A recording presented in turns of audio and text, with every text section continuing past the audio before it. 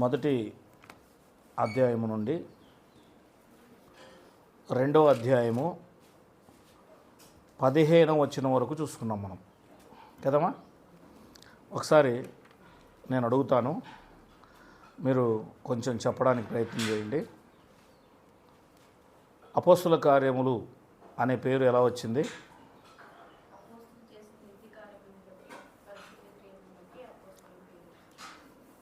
అపోస్తుల కార్యములు ఎప్పుడు వ్రాయబడింది?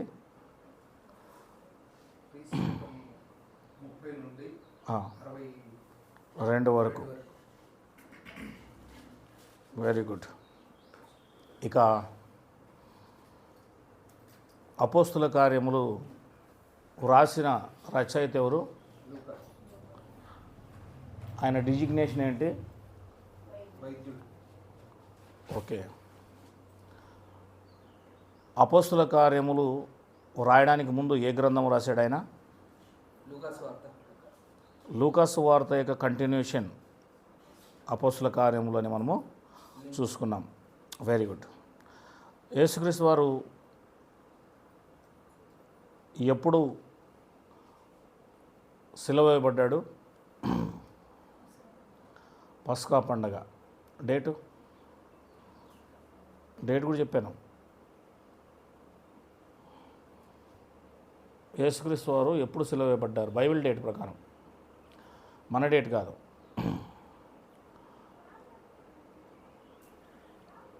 యేసుక్రీస్తు వారు ఎప్పుడు సిలువ వేయబడ్డారు? పెంతెకోస్తు పండుగ ముందరే వచ్చేది పస్కా పండుగ. నువ్వు మళ్ళీ కొత్తగా చెప్పొద్దు. వాళ్ళు పస్కా పండుగ అనేసినారు అప్పుడే. నేను డేట్ అడుగుతున్నాను.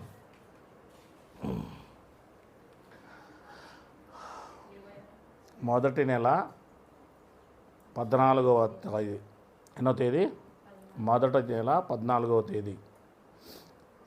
ఇది మీకు మొదటి నెల. 4 రోజుల పాటు మీరు గొర్రెను పరీక్షించాలి. 14వ తేదీ సాయంత్రం ఆ గొర్రెను వధించాలి అని నిర్గమకాండం 12వ అధ్యాయము 2, 3 వచనాల నుంచి 10 వచనాల్లో చూపించాను. అంటే పస్కా అనేది మొదటి నెల 14వ దినమున జరుగుతుంది. అంతేనా? రైట్. యేసుక్రీస్తు వారు చనిపోయి తిరిగి లేచింది ఎప్పుడు? ఆదివారం రోజున. అదే సిలువ వేయబడ్డానికి చనిపోయి తిరిగి లేచింది 3 రోజుల తర్వాత. అక్కడి నుంచి యేసుక్రీస్తు వారు ఎన్ని రోజులు ఉన్నారు భూమి మీద సజీవంగా కనపరుచుకొని? 40 రోజులు ఉన్నారు. 40 రోజులు ఏం చేశారు ఆయన?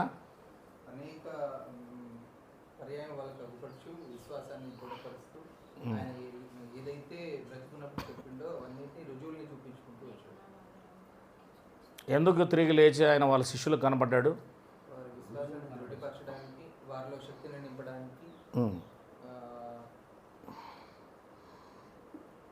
2 మాటలు చెప్పాడు ఆయన గట్టిగా. అవే చెప్పండి చాలు. అంటే యేసుక్రీస్తు వారు చనిపోయి తిరిగి లేచారు అన్నది వాళ్ళకి నమ్మకం లేదు. అపోస్తలులకి ఏం లేదు? నమ్మకమే లేదు. నమ్మకం ఉందా? నమ్మకం లేదా? యేసుక్రీస్తు వారు 3.5 సంవత్సరాలు బోధ చేసినప్పుడు నేను చనిపోయి తిరిగి 3వ రోజున లేస్తానని చెప్పాడా? చెప్పినా కూడా ఎందుకు నమ్మలేదు?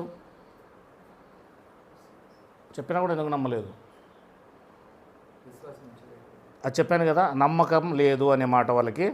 అది ఎక్కడుంది చెప్పి చూపించండి.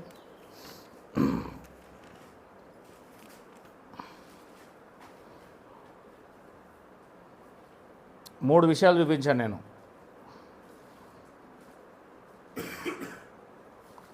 లూకాసు వార్త 24వ అధ్యాయంలో నిన్న చూపించాను, ఈరోజు కూడా గుర్తురాకపోతే ఎట్లా? లూకాసు వార్త 24వ అధ్యాయము 11వ వచనం చదవండి ఫస్ట్. అయితే వారి మాటలు వీరి దృష్టికి వెర్రితనముగాను కనబడెను, కనుక వీరు వారి మాటలు నమ్మలేదు. చూసారా? ఎవరి మాటలు ఎవరు నమ్మలేదు?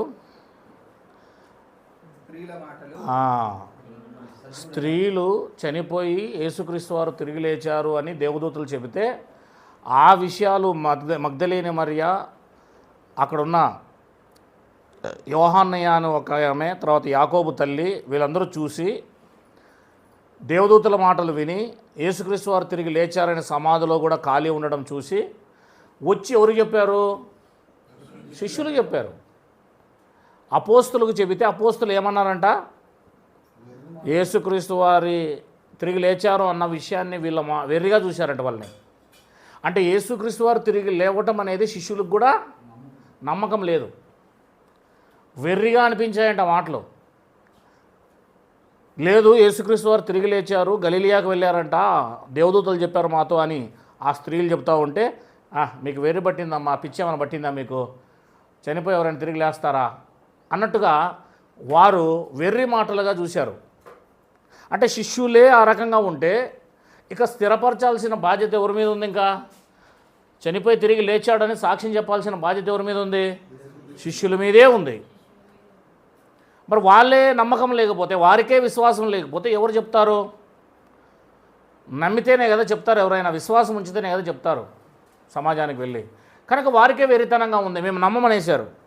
ఇకపోతే కిందికి రండి, 38వ వచనంలో కూడా, అప్పుడు ఆయన మీరెందుకు కలవరపడుచున్నారు మీ హృదయములలో. అది అంటే యేసుక్రీస్తు వారు కనబడి కూడా, వాళ్ళ ముందు నిలబడి కూడా మీరు ఎందుకు ఇంకా సందేహపడుతున్నారు అని అంటున్నాడు. ఆ 11 మంది ముందు నిలబడ్డాడు అక్కడ. అయినా సరే ఏమంటున్నాడు? వాళ్ళ హృదయాల్లో ఇంకా ఏముంది? ఈయన యేసుప్రభువైన ఇంటికి భూతమా, ఈయన యేసుక్రీస్తు భూతమా అని అనుకుంటున్నారు. అంటే ఇంకా యేసుక్రీస్తు వాళ్ళ ముందు నిలబడినా కూడా సందేహమే ఉంది తప్ప వాళ్ళకి సందేశం దొరికింది అనుకోవట్లేదు. కిందికి వస్తే 41వ వచనం, అయితే వారు సంతోషము చేత ఇంకనూ నమ్మక. చూసారా, యేసుక్రీస్తు వారు ఒకవైపు తిరిగి లేచారన్న సంతోషం ఉంది, కానీ ఇంకా నమ్మడం లేదు, ఇంకా నమ్మడం లేదు. ఇది డౌట్ వస్తుంది మరలా, లేచాడంటావా ఇంతకీ, ఇనేనంటావా? అంత కన్ఫ్యూజన్లో ఉన్నారండి వీళ్ళు. లేకపోతే చేపలు పట్టేకి ఎందుకు పోతారు పేతురుతో పాటు అందరూ? కనుక యేసుక్రీస్తు వారు తను తాను సజీవునిగా రుజువుపరుచుకొని తన శిష్యులను బలపరచాలి కనుక, పునరుద్ధానం అనేది చాలా ఇంపార్టెంట్ కనుక, పునరుద్ధానం అనేది తెలియజేయకపోతే వారు దృఢముగా నిలబడి ఇతరులకు సాక్ష్యం ఇవ్వలేరు కనుక, వారు చెల్లాచెదరం అయిపోతారు కనుక, యేసుక్రీస్తు వారు తప్పనిసరిగా 40 రోజుల పాటు వారికి కనబడి వారికి తప్పనిసరిగా వారిని బలపరచాల్సిన అవసరం ఉంది. అపోస్తుల కార్యములు 1వ అధ్యాయము 3వ వచనంలో మనము ఆ విషయాన్ని చూస్తాం. ఆయన శ్రమ పడిన తర్వాత 40 దినాల వరకు వారికి కనబడుచు దేవుని రాజ్య విషయములు గూర్చి, అంతకు ముందు కూడా దేవుని రాజ్య విషయాలు బోధించాడు ఆయన. 4 సువార్తల్లో దేవుని రాజ్య విషయాలు ఉన్నాయి. అంత మాత్రాన వాళ్ళు దానిని గమనించారా అంటే గమనించలేదు. మరలా 40 రోజులు కూడా ఆయన ఏం చేశాడంటే, ఆయన ఆ మహిమ శరీరంలో ఉంటూనే వారికి 40 రోజుల పాటు మరలా దేవుని రాజ్యం కోసం చెప్పాడు, మరలా దేవుని రాజ్యం కోసం బోధించాడు. అనేక ప్రమాణములను చూపి వారికి తను తాను సజీవునిగా కనపరుచుకోవాలి. కనపరుచుకోకపోతే నమ్మరు వీళ్ళు, తప్పదు. అందుకే సజీవునిగా కనపరుచుకోవాల్సి వచ్చింది. అందుకే తిరిగి ఆయన వాళ్ళతో పాటు 40 రోజుల పాటు ఉండాల్సి వచ్చింది. వాళ్ళని బలపరచాల్సి వచ్చింది, వాళ్ళని దృఢపరచాల్సి వచ్చింది. నమ్మకం కలిగి ఉండండిరా, ఎందుకురా మీరు ఇలా చేస్తున్నారని చెప్పేసి వారిని బలపరచాల్సి వచ్చింది. 40 రోజుల పాటు ఇక్కడే ఉండిపోయాడు ఆయన, పరలోకానికి వెళ్ళలేదు. వెళ్ళొచ్చాడు, ఇక తర్వాత మరలా వెళ్ళలేదు.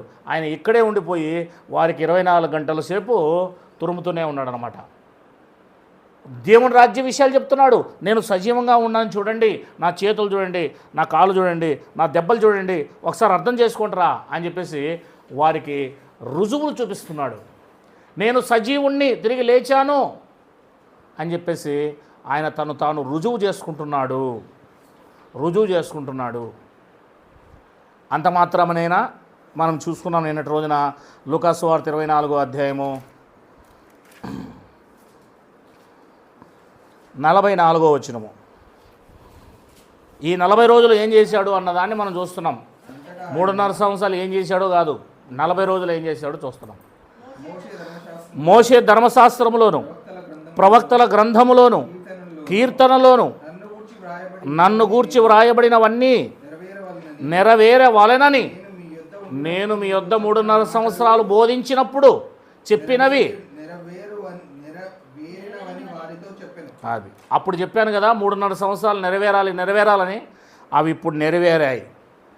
కీర్తనలో నా కోసం రాయబడింది, మోషే గ్రంథంలో ధర్మశాస్త్రంలో నా కోసం రాయబడింది, ప్రవక్తల పుస్తకాల్లో నా కోసం రాయబడింది, 39 పుస్తకాల్లో నా కోసం రాయబడింది. అవన్నీ బ్రతుకున్నప్పుడు నెరవేరాలి అని చెప్పాను. ఇప్పుడు నెరవేరాయి అని వాటి రుజువులు కూడా ఎక్కడెక్కడ ఉన్నాయో తెలియజేస్తున్నటువంటి కింద. అప్పుడు వారు లేఖనములు గ్రహించినట్లుగా ఆయన వారి మనస్సును తెరిచి అన్నాడు. అంటే మనస్సు ఇంకా తెరవబడలేదు వారికి. 3.5 సంవత్సరాలు తెరవబడిన మనస్సు యేసుక్రీస్తు వారు చనిపోయి తిరిగి లేచినాక తెరవబడ్డాయి. ఆయన రుజువు చేసేటప్పుడు తెరవబడుతున్నాయి. అదిగో పలానా చోట నా కోసం రాయబడింది, ఈ లేఖనానికి అర్థం ఇది, అదా, అక్కడున్నది నేనే, అక్కడున్నది నా గురించే, నా కోసమే, ఇక్కడున్నది నా కోసమే అంటూ ప్రతి లేఖనాన్ని విప్పి 40 రోజుల పాటు తిరిగి వీళ్ళకి అనేక విషయాలు తెలియజేయడం జరిగింది. వీళ్ళని పూర్తిగా ఈ 40 రోజుల్లో ట్రైన్ చేసినట్లుగా 3.5 సంవత్సరాల్లో ట్రైన్ చేయలేదు ఆయన. ఈ 40 రోజుల్లో ట్రైన్ అవ్వడం చాలా గొప్పగా అయ్యారు వీళ్ళు. ఎందుకంటే వాళ్ళకు ఒక ధైర్యం దొరికింది, ఒక ఆధారం దొరికింది.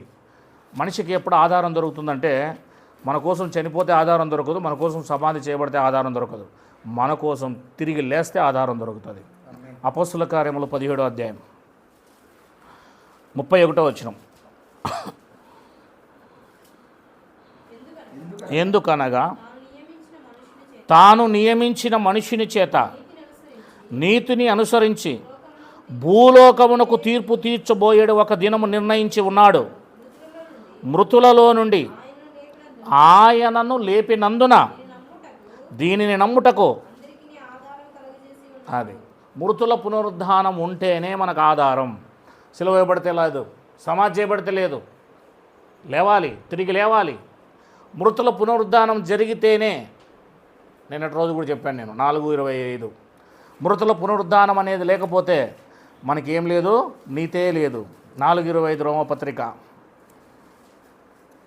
ఆయన మన అపరాధముల నిమిత్తం అప్పగింపబడి మనము నీతిమంతులుగా తీర్చబడుటకై లేపబడెను.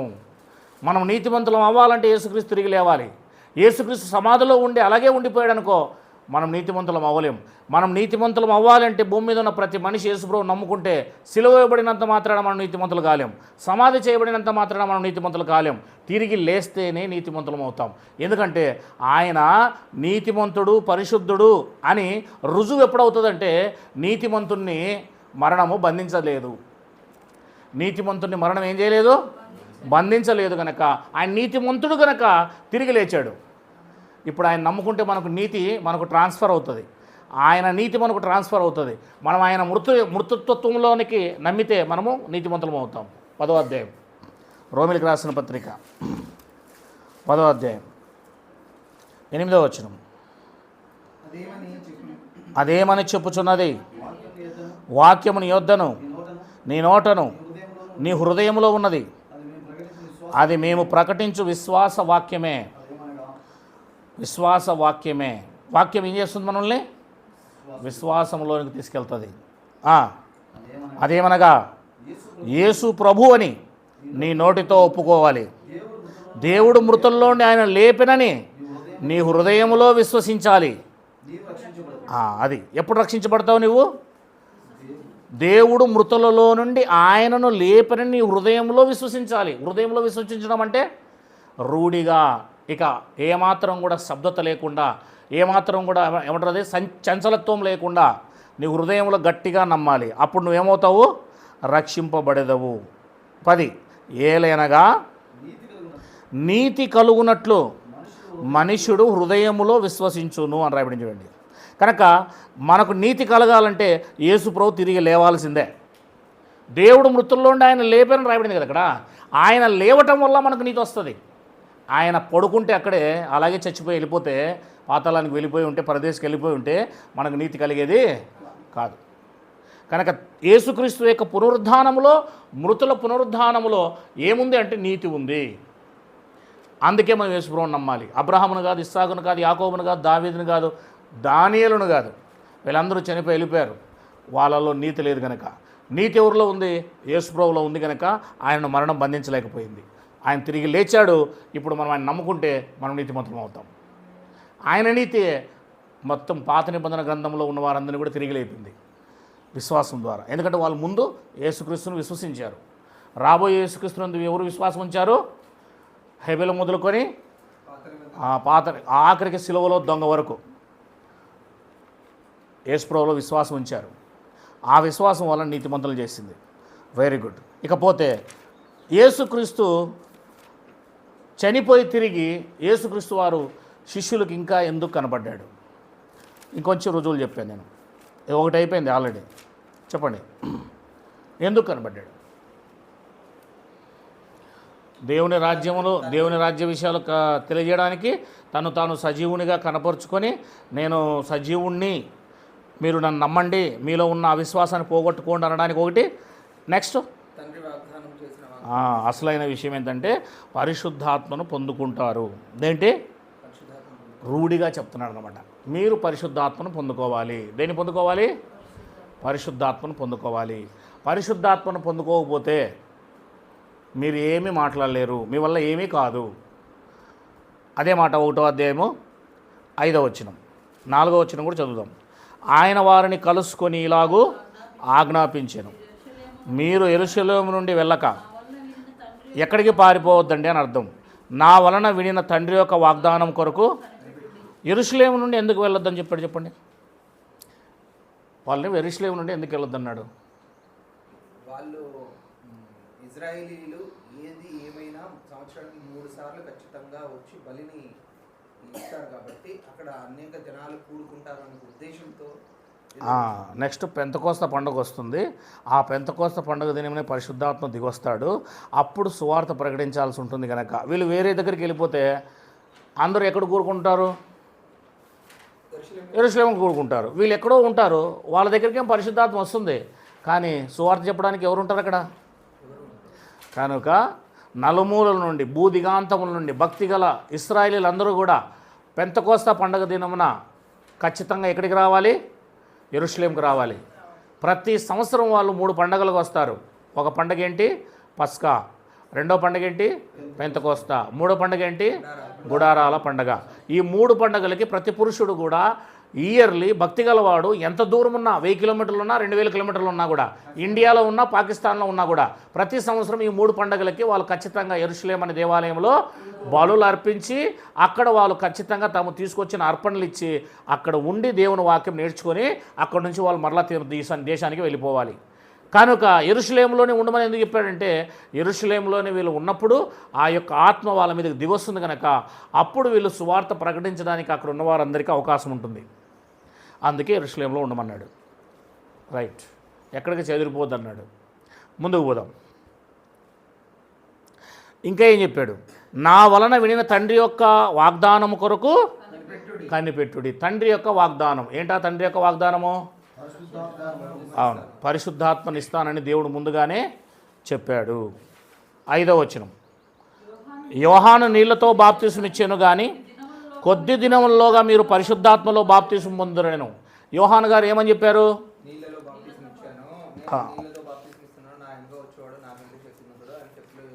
ఆ మాట అన్నాడా? చూద్దాం ఒకసారి. మత్తయి సువార్త 3వ అధ్యాయం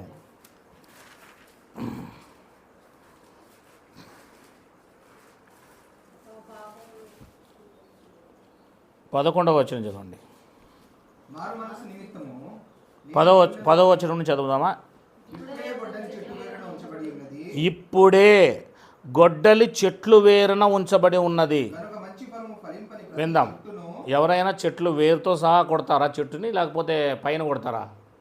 మనం చెట్లు కొట్టేకపోతే ఎట్లా కొడతాం?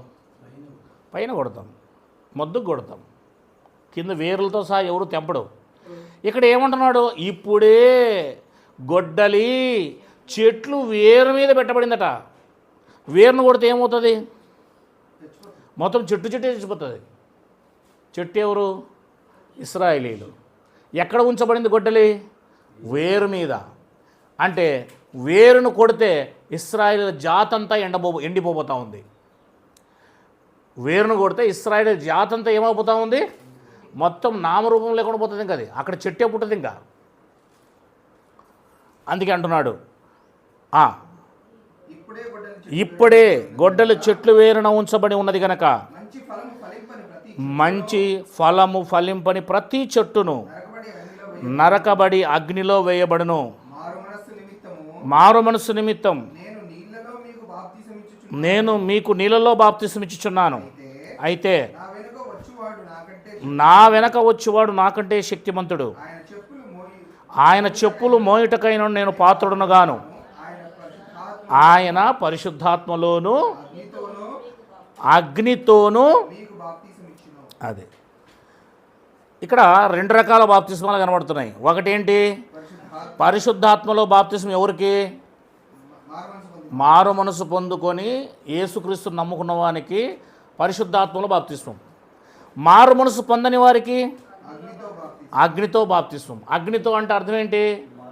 ఇశ్రాయేలు ఎవరైతే నమ్మరో వారు యెరూషలేములోనే వారి మీదకి అగ్ని వచ్చి మొత్తం టోటల్గా దేశానంతా కూడా చంపిపోతుంది. అగ్ని బాప్తిస్మం అంటే వాళ్ళని అగ్నితో కప్పేస్తాడు అని అర్థం, అగ్నిలో ముంచేస్తాడు అని అర్థం వాళ్ళని. 12 ఆయన చేతిలో ఉన్నది, ఆయన కళ్ళమును బాగుగా శుభ్రము చేసి గోధుమలను అంటే క్రైస్తవులను ఒక కొట్టులోకి ఒకవైపుని చేర్చేస్తాడు. ఆరని అగ్నితో పొట్టంతా ఒకవైపుని చేర్చబడుతుంది. యెరూషలేములో పొట్టంతా ఉండిపోతుంది. యెరూషలేముని వదిలి క్రైస్తవం అంతా బయటికి వెళ్ళిపోతుంది. అప్పుడు యెరూషలేము మొత్తం అంతా కూడా కాలిపోతుంది. వేరుతో సహా ఆ చెట్టును కాల్చబడేస్తాడు. ఇది ముందుగానే చెప్పాడు యోహాను గారు. అంటే ఇప్పుడు ఈ యొక్క బాప్తిసం కోసం ఎవరు ఎదురు చూస్తున్నారు? ఇశ్రాయేలీయులు ఎదురు చూస్తున్నారు. అడుగుడు మీకు ఇవ్వబడును, తట్టుడు మీకు తీయును, వెదుకుడు మీకు దొరుకును. అంటే ఏంటి? పరిశుద్ధాత్మ. అందుకే ఇశ్రాయేలీయులతో బాప్తిసం కోసం, పరిశుద్ధాత్మ బాప్తిసం కోసం మీరు అడగండి, ప్రార్థన చేయండి అని చెప్పాడు. అందుకే వాళ్ళు 10 రోజుల పాటు ఏం చేస్తున్నారు? ఏక మనస్సుతో ఎడతెగక ప్రార్థన చేస్తూ పరిశుద్ధాత్మను అడుగుతున్నారు మెడగదిలో. రైట్. ఇకపోతే అపోస్తుల కార్యములు 1:6లోకి వచ్చేద్దాము. కాబట్టి వారు కూడి ఉన్నప్పుడు, ప్రభువా ఈ కాలమందు ఇశ్రాయేలుకు రాజ్యం మరలా అనుగ్రహించదవా అని. ఇప్పుడు వాళ్ళు మరలా ఏమని అడిగారు శిష్యులు? యేసుక్రీస్తు వారు పరలోకానికి పోవడానికి సిద్ధంగా ఉన్నాడండి. ఈరోజు సాయంత్రమో రేపో వెళ్ళిపోతాడు.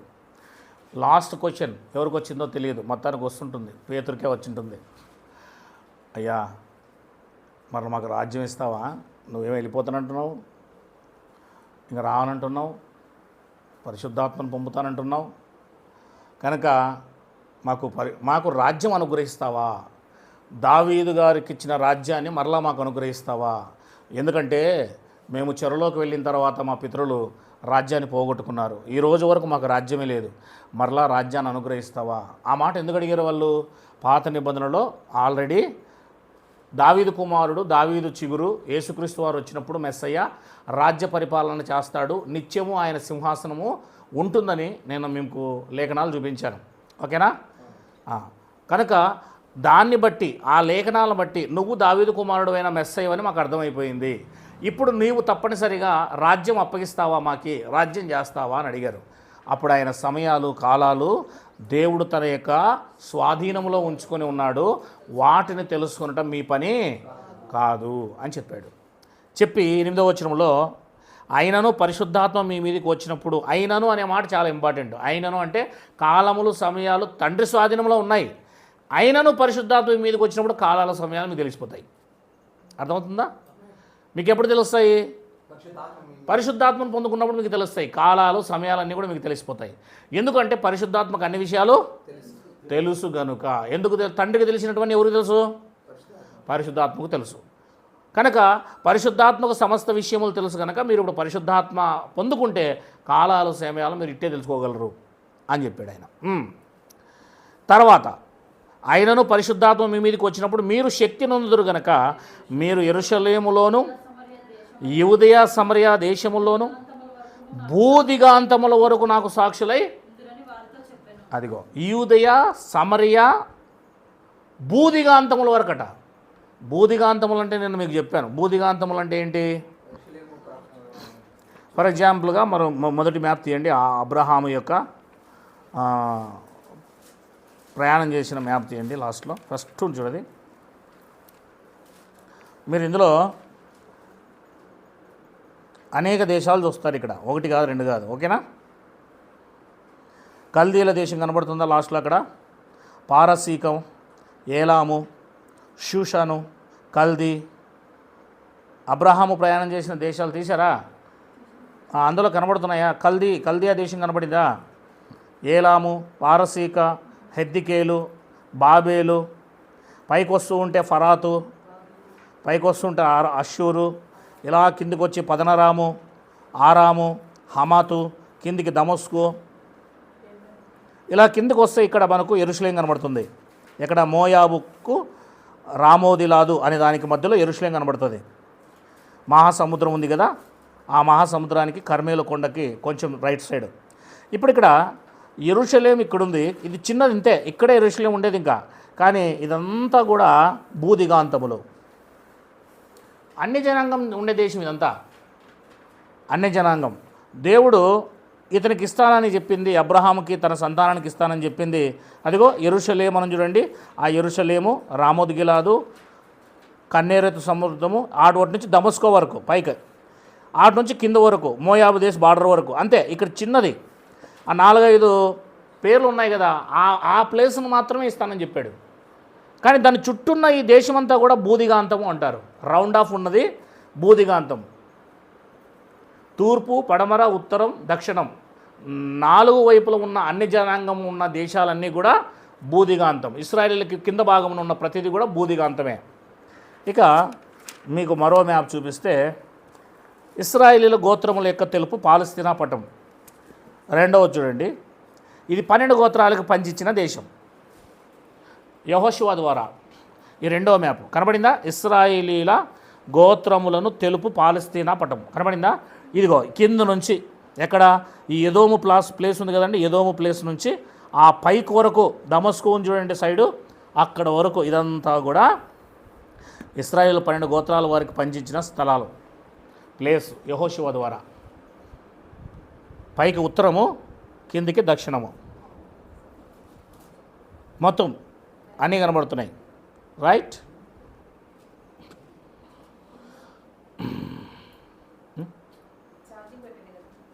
అవునవును.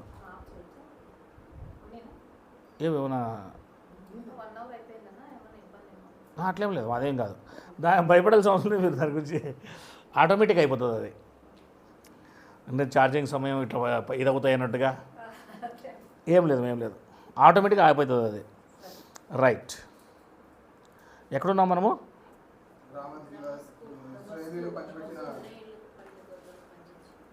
Very good.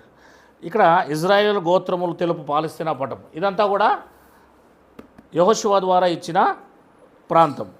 దీని సైడ్ ఏదైనా ఉన్నా కూడా పటానికి సైడు అదంతా కూడా ఏమంటారు? భూదిగాంతములు. రైట్. ఇక్కడ కొత్త నిబంధన పాలస్తీనా పటం చూసారా? క్రొత్త నిబంధన కాలపు పాలస్తీను. ఇది యెహోషువ కాలంలో అయితే, ఇది కొత్త నిబంధన వచ్చేపాటికి కొంచెం మోడిఫికేషన్ అయింది. ఇక్కడ మీకు ఏవేవి కనబడతాయి చూడండి. యూదయ కనబడిందా? యూదయ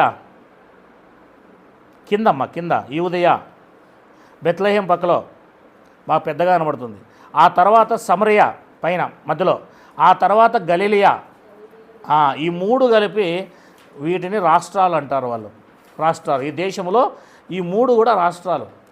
యూదయా ప్రాంతంలో యెరూషలేం ఉంది. సమరయ ప్రాంతంలో సమరయులు, యొర్దాన్ నది ఇక్కడే ఉంటుంది. అక్కడే బాప్తిసం ఇచ్చాడు కూడా. రైట్. ఇక పైకి పోతే గలిలియా. యేసుప్రభు వారు నజరేత్ అని అక్కడ చూడండి, ఇక్కడే ఆయన పుట్టాడు. గలిలియలు కదా వీళ్ళు.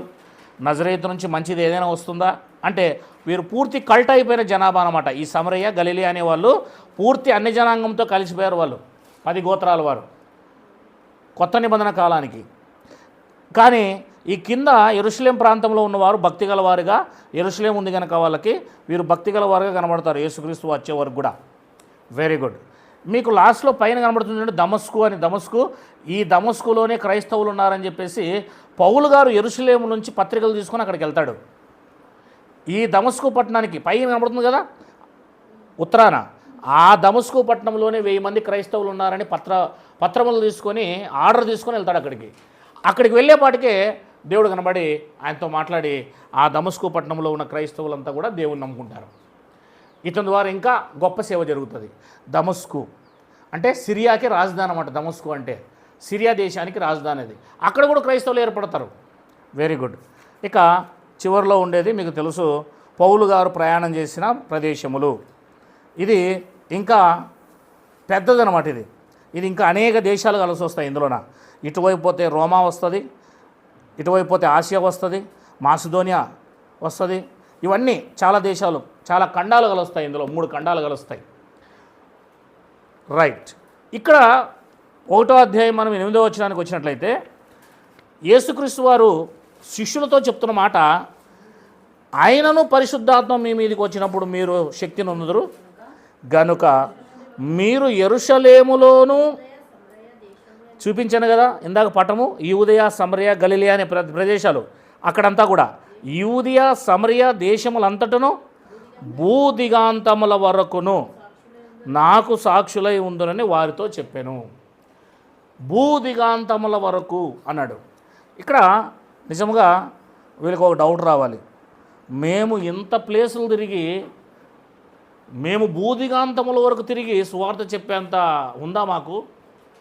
ఆ రోజుల్లో వాహనాలు లేవు, వారి దగ్గర డబ్బు లేదు, వారి దగ్గర కనీసం గుర్రాలు లేవు, గాడిదలు కూడా లేవు, పరిస్థితులు బాలేవు. భూదిగాంతముల వరకు అంటే ఇజ్రాయెల్ దేశమంతా కూడా తిరిగి ఆ దేశాన్ని దాటి అన్ని జనాంగంలో కూడా టచ్ చేయాలా. అన్ని చోట్లకు చెదిరిపోయిన ఇశ్రాయేలుకు చెప్పాలా. వాళ్ళకు ఒకవేళ నమ్మకం ఉన్నా లేకపోయినా అది వాళ్ళు దేవుడు ఏదో రకంగా చేస్తాడన్న విశ్వాసం మాత్రం వాళ్ళలో ఉంది. దాన్ని ఎలా చేస్తాడు అన్నది మనం ఒకవేళ ఇక్కడ మనకు అర్థం కాకపోతే ముందుకు మనకు కరెక్ట్గా అర్థమవుతుంది. ఆ తర్వాత 9వ వచనానికి వచ్చేస్తే యేసుక్రీస్తు వారు లాస్ట్గా ఆయన ఇచ్చిన వాగ్దానం ఏంటి అంటే, టాటా బాయ్ బాయ్ నేను వచ్చేస్తున్నాను, ఆయన పరలోకానికి వెళ్తున్నాడు. చూసారా ఎన్ని రుజువులు చూపించాడండి. ఇప్పుడు ఇక్కడ వాళ్ళ ముందే అద్భుతాలు చేశాడు, బ్రతికున్నప్పుడు 3-4 సంవత్సరాలు గొప్ప సూచక్రియలు చేశాడు. అయినను సరే యేసుక్రీస్తు వారు చనిపోయి తిరిగి లేచారంటే వీళ్ళు నమ్మలేదు, వీళ్ళే నమ్మలేదు. ఇంకా వేరే వారి కోసం మనకు అవసరం లేదు. ఆ తర్వాత 40 రోజులు కనబడి దేవుని రాజ్యం కోసము నేను మృత్యుంజయుడిని, నేను చనిపోయి తిరిగి లేచానని రుజువులు చూపించి వారికి అనేక విషయాలు చెప్పడమే కాకుండా దేవుని ఆత్మను పొందుకుంటారు, మీరు నాకు సాక్షులై ఉంటారు అని చెప్పిన తర్వాత ఆయన ఇలా పరలోకానికి వెళ్తూ ఉన్న ఆ సిచ్యువేషన్ చూసినప్పుడు వీళ్ళు సంపూర్ణ దృఢమైన విశ్వాసం కలిగిన వారిగా మారిపోయారు. కళ్ళ ముందే స్వర్గానికి వెళ్తున్నాడు ఆయన, పరలోకానికి వెళ్తున్నాడు ఆయన. అంటే వాళ్ళకి పరిపూర్ణమైన విశ్వాసం అనేది ఈ యొక్క కార్యాలలో వారికి అర్థమైపోయింది. 40 రోజులు ఉండడము, దేవుని గురించి ఇంకా గొప్పగా చెప్పడము, అద్భుతాలు చూపించడము, ఆ దేవుడు వాళ్ళ ముందే అదృశ్యమవడము, వాళ్ళ ముందు అనేక కార్యాలు జరిగించడము, ఆఖరి కార్యం ఏంటంటే ఆయన వెళ్ళిపోవటం. ఆయన అలా వెళ్ళిపోతూ ఉంటే ఏమొచ్చిందో చూడండి. ఈ మాటలు చెప్పేవారు చూచుండగా ఆయన ఆరోహణమాయను, అప్పుడు వారి కన్నులకు కనబడకుండా ఒక మేఘము ఆయనను కొనిపోయెను. ఆయన వెళ్ళుచుండగా వారు ఆకాశం వైపు తేరి చూచుచుండిరి. ఇదిగో తెల్లని వస్త్రములు ధరించుకొనిన 2 మనుషులు వారి యొద్ద నిలిచి, ఏ మనుషులారా అంటే ఇక్కడ ఉన్న వాళ్ళంతా కూడా శిష్యులు, గలీలీయులు. అంటే వాళ్ళకి చదువు ఉండదు, వారికి జ్ఞానం ఉండదు, వారు బైబిల్ కాలేజ్ చేసిన వాళ్ళు కాదు, వాళ్ళు పామరులు. ఎందుకంటే వారు అన్యులు అన్నమాట. అన్యులతో కలిసిపోయిన వారు, వాళ్ళు 10 గోత్రాల్లో కలిసిపోయిన వాళ్ళు. అందుకే గలీలీ అనేపాటికే చాలా చీప్గా చూస్తారు. నజరేతు నుంచి ఏదైనా మంచిది వస్తుంది అన్నట్టుగా, నజరేతు ఏ జిల్లా కింద ఉందంటే గలీలీ ఏ జిల్లా కింద ఉంది. అది చాలా వెనకబడింది అనమాట. మహబూబ్ నగర్, అనంతపురం అంటేనే ఏముందిలే అక్కడ వాళ్ళు అని అనుకుంటారు. చాలా చీప్గా చూస్తారన్నమాట. డెవలప్ లేని ఏరియాలు ఇవి. అటువైపు మహబూబ్ నగర్ తెలంగాణలో, ఇటువైపు వాళ్ళని పాల్మూరాలు అంటారు, బ్రతకనే వెళ్ళిపోతుంటారు వాళ్ళు. కనుక ఆ విధంగా ఆ జిల్లాల్లో తెలివి, జ్ఞానము అంతగా ఉండేది కాదు. కానీ అక్కడే పుట్టాడు దేవుడు. అందుకే వారు గలీలీలు కారా ఈ మనుషులు, చూడండి, గలీలియా మనుషులారా మీరెందుకు నిలిచి ఆకాశం వైపు చూచున్నారు? మీ యొద్ద నుండి పరలోకమునకు చేర్చుకొనబడిన యేసే ఏ రీతిగా పరలోకమునకు వెళ్ళట మీరు చూచితిరో ఆ రీతిగానే ఆయన తిరిగి వచ్చునని వారితో చెప్పిరి. ఎవరు చెప్పారు ఆ మాట? అక్కడున్న ఇద్దరు దూతలు చెప్పారు, వారితో ఈ మాటలు చెప్పారు. రైట్. 12వ వచనం. అక్కడ నుండి వాళ్ళు బయలుదేరి యెరూషలేమునికి వెళ్ళారు. ఎందుకంటే యెరూషలేమును వదిలి వెళ్ళకండి అని చెప్పాడు కదా. ఎన్ని ఇబ్బందులు వచ్చినా కూడా వారు వెళ్ళారు. ఎంతమంది వెళ్ళారు మొత్తం టోటల్గా? 11 మంది శిష్యులు వెళ్ళారు. అవునా? ఆ తర్వాత వీరందరితో పాటు స్త్రీలు, ఇంకా మరియా, ఆ తర్వాత మరియా యొక్క అంటే యేసుక్రీస్తు సహోదరులు, వీళ్ళందరూ కలిసి టోటల్గా 120 మెంబర్స్ అని 15వ వచనంలో చెప్తుంది. ఆ కాలం మంది ఇంచుమించు 120 మంది ఎడతెక్క అక్కడ నుండి ప్రార్థన చేస్తున్నారు. ఇక 16వ వచనం నుంచి మనం చూసాము ఏంటంటే 12 మంది ఖచ్చితంగా కావాలి. అపోస్తులు 12 మందిని ఎందుకు ఏర్పరచుకున్నాడు? 12 గోత్రాల వారికి తీర్పు తీర్చడానికి 12 మందిని ఏర్పరచుకున్నాడు. అది దేవుని యొక్క లెక్క. ఇప్పుడు ఒకడు తక్కువ వచ్చాడు. ఎవరు? అపోస్తుల్లో ఒకరు తక్కువ వచ్చారు. యూదా చనిపోయాడు. ఇప్పుడు దాన్ని భర్తీ చేయడానికి వాళ్ళు ఏం చేస్తున్నారు చూడండి. 23వ వచనం. అప్పుడు వారు యూస్తు అను మారు పేరు గల బర్సబ్బా అనబడిన యోసేపు, మత్తియా అను ఇద్దరిని నిలవబెట్టి, వాళ్ళకున్న క్వాలిఫికేషన్స్ ఏంటి అంటే యోహాను చేత బాప్తిసం తీసుకొని ఉండాలా, అక్కడ నుండి యేసుతో తిరుగుతూ ఉండాలి 3.5 సంవత్సరాలు, యేసయ్య సిలువేసింది చూడాలా, యేసయ్య సమాధి చేయబడిని చూసి ఉండాలా, యేసయ్య తిరిగి లేచింది కూడా చూసి ఉండాలా. అలాంటి వ్యక్తుల్లో అపోస్తులు 12 మంది కాదని 2 వ్యక్తులు తేలారు.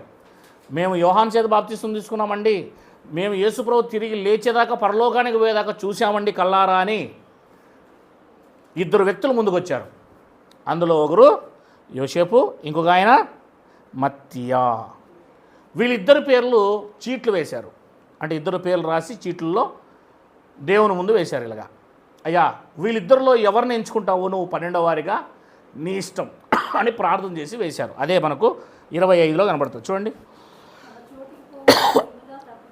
ఇట్లు ప్రార్థన చేసిరి, అందరి హృదయంలో ఎరిగి ఉన్న ప్రభువా, తన చోటికి పోవుటకు యూదా తప్పిపోయి పోగొట్టుకుని ఈ పరిచర్యలోను అపోస్తలత్వములోను పాలు పొందుటకు వీరిద్దరిలో నీవు ఏర్పరచుకొనిన వానిని కనపరచుమనిది. అది చీటీ ఎత్తగానే మత్తియా అనే అతని పేరు మీద వచ్చేసింది. ఇప్పుడు 11 మందితో కూడా ఇతను 12వ వాడిగా అపోస్తలుడుగా ఎంచబడ్డాడు. యూదా యొక్క పోస్ట్ ఇతనికి వచ్చేసింది. అపోస్తలత్వం అనే ఉద్యోగం, అది ఉద్యోగం కనుక ఆ యొక్క ఉద్యోగంలోనికి, ఆ పోస్ట్లోనికి ఒక ఆయన భర్తీ అయ్యాడు. పూర్తి అయిపోయింది. ఇంకా పెంతెకోస్తు దినానికి ఇవన్నీ కూడా వీళ్ళు ఏం చేసుకున్నారు, మొత్తం కంప్లీట్ చేసుకొని కూర్చొని ప్రార్థన చేస్తున్నారు, అడుగుతున్నారు. వీళ్ళే అడుగుతుంది, వీళ్ళే వెతుకుతుంది, వీళ్ళే.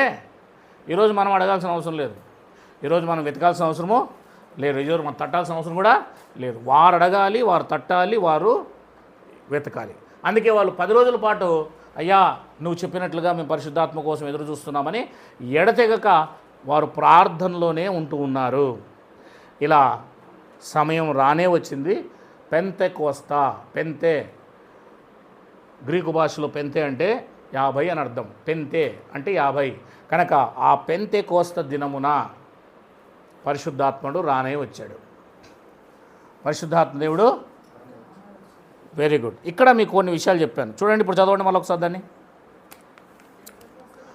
పెంతెకోస్త పండుగ దినమున వచ్చినప్పుడు అందరూ ఒక చోటనే కూడి ఉండిరి.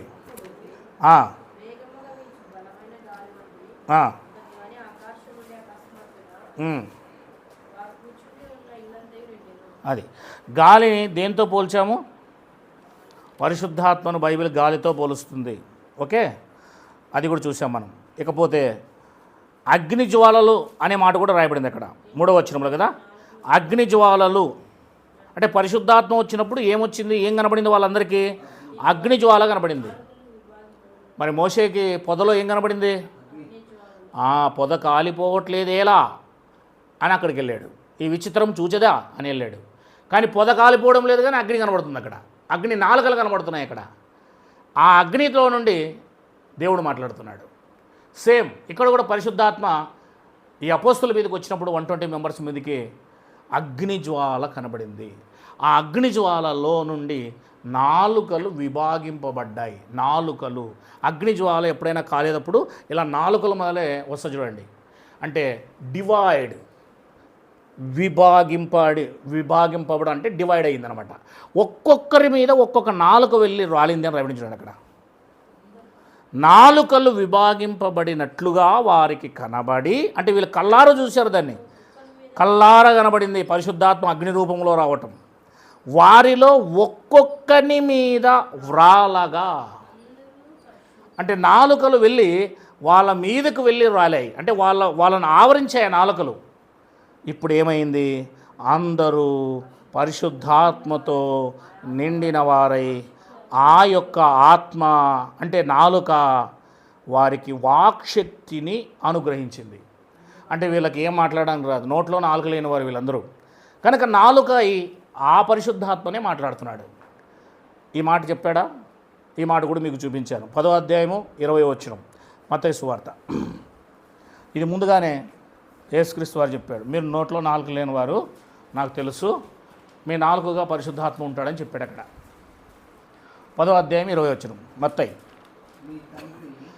మీ తండ్రి ఆత్మ మీలో ఉండి మాటలాడుచున్నాడే కానీ మాటలాడువారు మీరు కారు. అంటే అర్థం ఏంటి? మీకు నాలుకే లేదు అసలు, కనుక మీ నాలుకకు తోడై మీలో ఉండి పరిశుద్ధాత్మ మాట్లాడతాడు. అంటే ఇప్పుడు ఎవరు మాట్లాడుతున్నారు ఇక్కడ? పరిశుద్ధాత్మ మాట్లాడుతున్నాడండి. అందుకే అపోస్తుల కార్యములకు ఇంకో పేరు కూడా పెట్టాలి అని చెప్పాను నేను ముందు రోజే, పరిశుద్ధాత్మ కార్యములు. అందుకే అనానియా సప్పీరాలు వచ్చి ఇంతకైనా అమ్మారు అని అంటే, ఇంతకే అన్నందుకు దెబ్బకు సచ్చారు. ఎందుకు? అబద్ధం ఎవరితో ఆడారో తెలుసా? వాళ్ళు పేతురుతో అనుకుంటున్నారు. పేతురులో ఉన్నది పరిశుద్ధాత్మ. పరిశుద్ధాత్మకు వ్యతిరేకంగా అబద్ధం ఆడితే చచ్చిపోతారని చెప్తుంది బైబిల్. అందుకే స్పాట్లో చచ్చిపోయారు వాళ్ళు. ఎందుకంటే వాళ్ళలో ఉన్నది పరిశుద్ధాత్మ. పరిశుద్ధాత్మకు వ్యతిరేకంగా మాట్లాడకూడదు, ఆత్మకు వ్యతిరేకంగా ముందే చెప్పాడు కదా యేసుక్రీస్తు వారు. 12వ అధ్యాయము మత్తయి సువార్త చదవండి మాట 30వ వచనం. 12:30 ముందే వార్నింగ్ ఇచ్చాడు కదా ఆయన. 12:30 మత్తయి సువార్త కరెక్టేనమ్మా?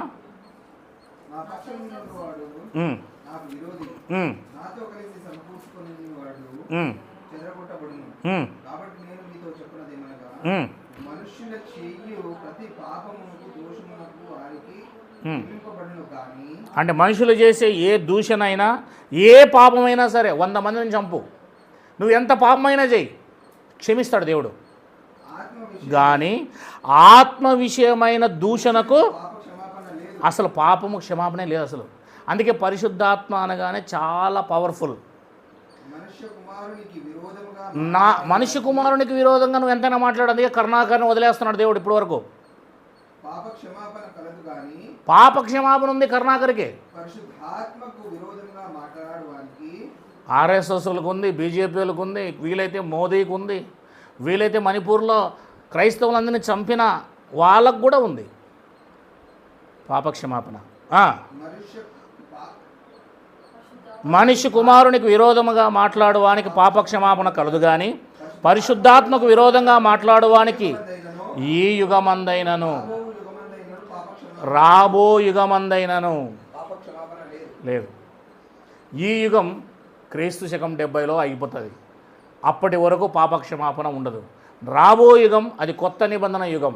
అప్పుడు కూడా ఇప్పుడు మనం కొత్త నిబంధన యుగంలో ఉన్నాం, ఆ యుగంలో ఉన్నాం. ఇప్పుడైనా సరే అంటే పరిశుద్ధాత్మకు అప్పుడైనా ఇప్పుడైనా ఎప్పుడైనా వ్యతిరేకంగా మాట్లాడినావు అంటే నీ పని అయిపోయినట్లే. ఇంకా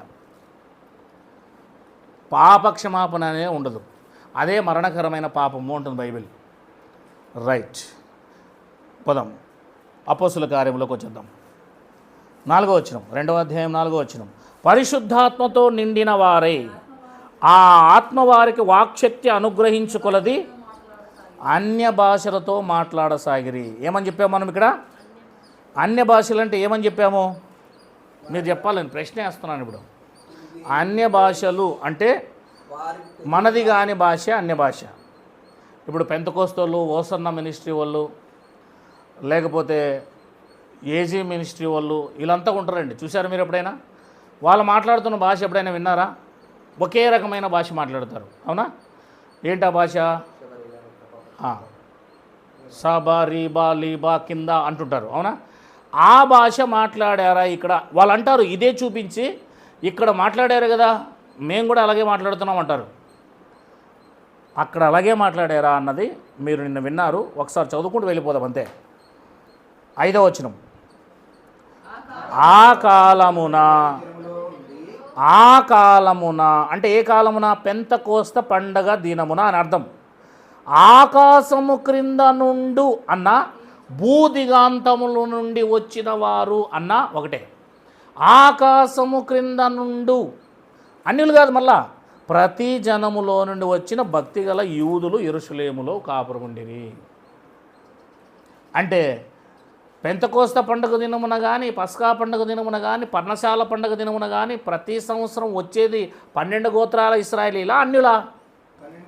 అంటే ఇప్పుడు ఇక్కడ 12 గోత్రాల్లో ఉన్న ఇశ్రాయేలీలు మాత్రమే భక్తిగల వారు ఇక్కడికి వచ్చారు.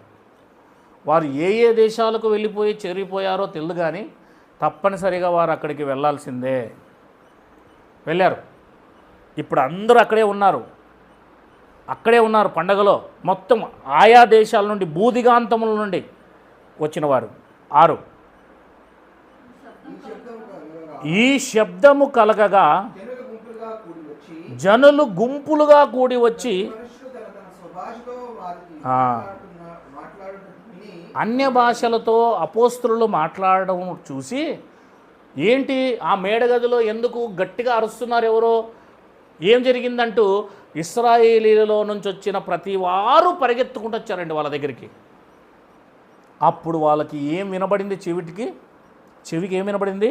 ప్రతి మనుష్యుడు అంటే 12 మెంబర్స్ అపోస్తలులు తన స్వభాషతో వారు మాట్లాడుట విని, అది వీరు వారి భాషలో మాట్లాడుతున్నారు అంతే తప్ప సబరీబాల కంద అనలేదు.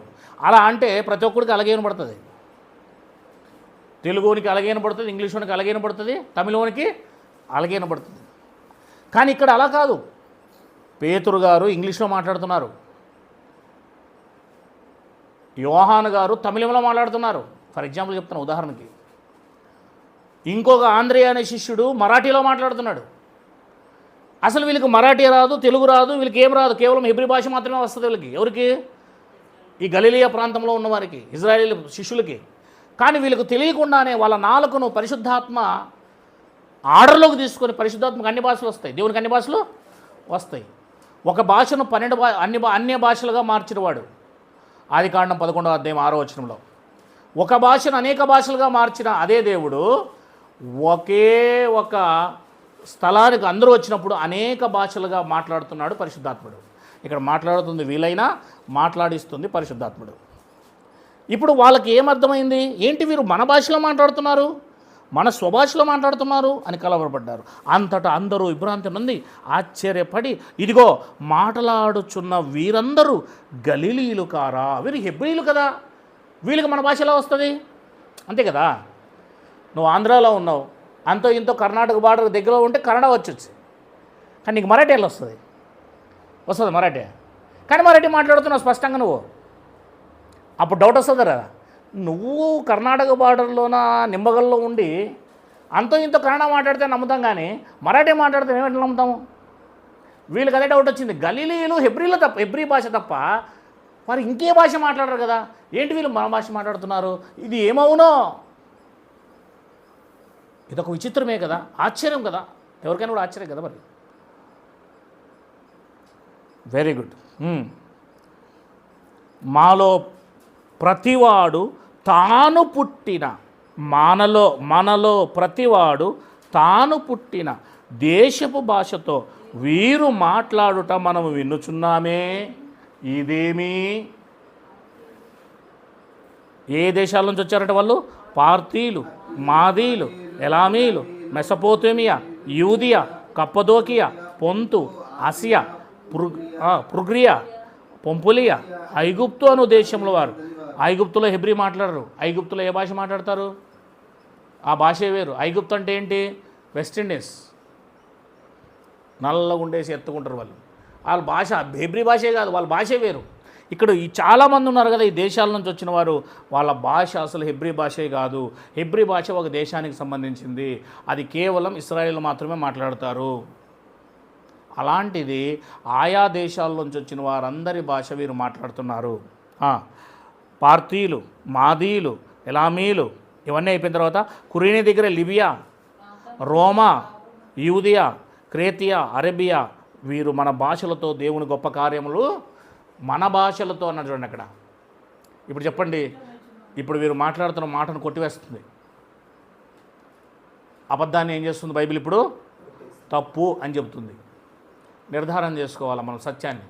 కనుక ఇక్కడ అనేక రకాల భాషలతో వారు మాట్లాడి వారందరికీ కూడా భూదిగాంతముల వరకు, ఇప్పుడు 3000 మంది రక్షించబడతారు కదా, వీళ్ళందరూ కూడా రక్షణ పొందుకుంటారు.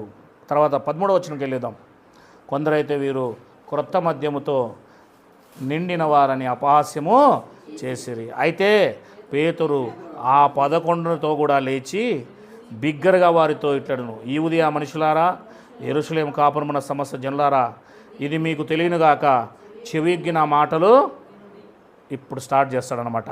వీరు ఊహించినట్టు మీరు మత్తులు కారు, ప్రొద్దు బుడిచి జామైనా కాలేదు.